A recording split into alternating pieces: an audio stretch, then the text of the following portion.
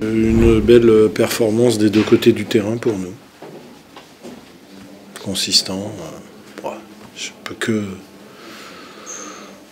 que regretter le petit moment du deuxième quart-temps où un peu dans l'euphorie de la réussite, ça s'est un peu relâché avec quelques balles perdues qui ont permis à Dijon d'obtenir des points sur contre-attaque, des paniers faciles.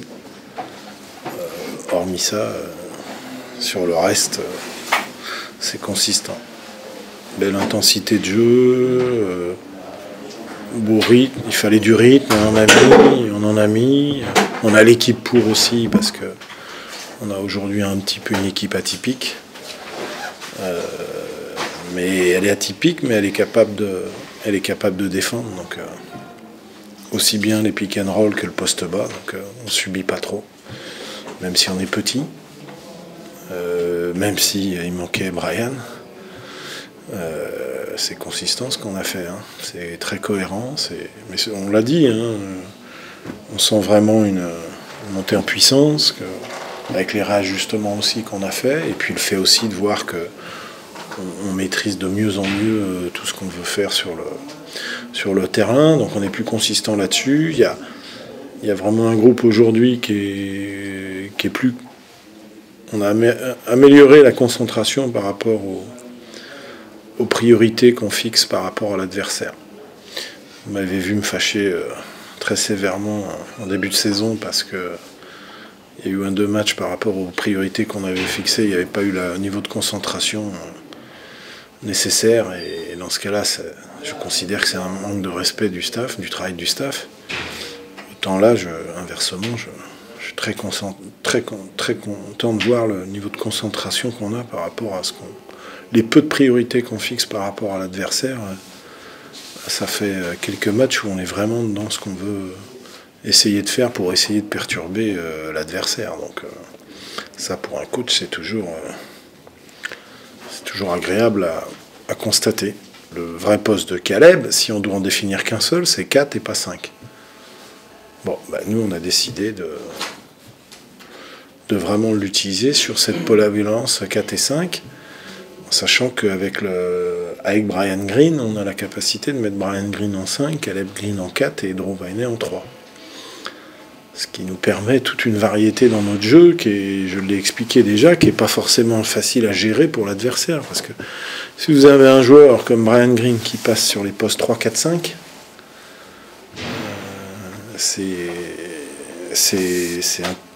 un peu compliqué quand on sait ce que c'est que de défendre. C'est quand même un peu compliqué pour les autres. Hein.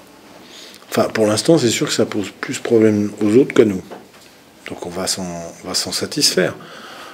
Après, on verra. Il y aura certainement des adaptations des adversaires qu'il faudra être capable d'appréhender. Enfin, pour l'instant, on ne va pas se poser ces questions-là.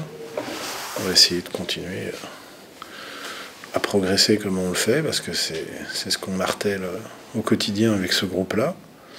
Et s'il est dans cette même logique-là, telle qu'on constate depuis des semaines, ça devient intéressant. Mais Drew Wyney, c'est un joueur qu'on voulait recruter à l'intersaison. Donc. Alors peut-être, j'ai entendu que ça en surprenait certains. Comme il y a beaucoup de gens qui parlent dans ce club. C'est un joueur, nous on le connaît, Drew Wyney, hein, on n'est pas surpris, hein, c'est un joueur qu'on voulait donc à l'intersaison, comme on en a voulu beaucoup d'autres, mais qu'on n'a pas eu, dont lui.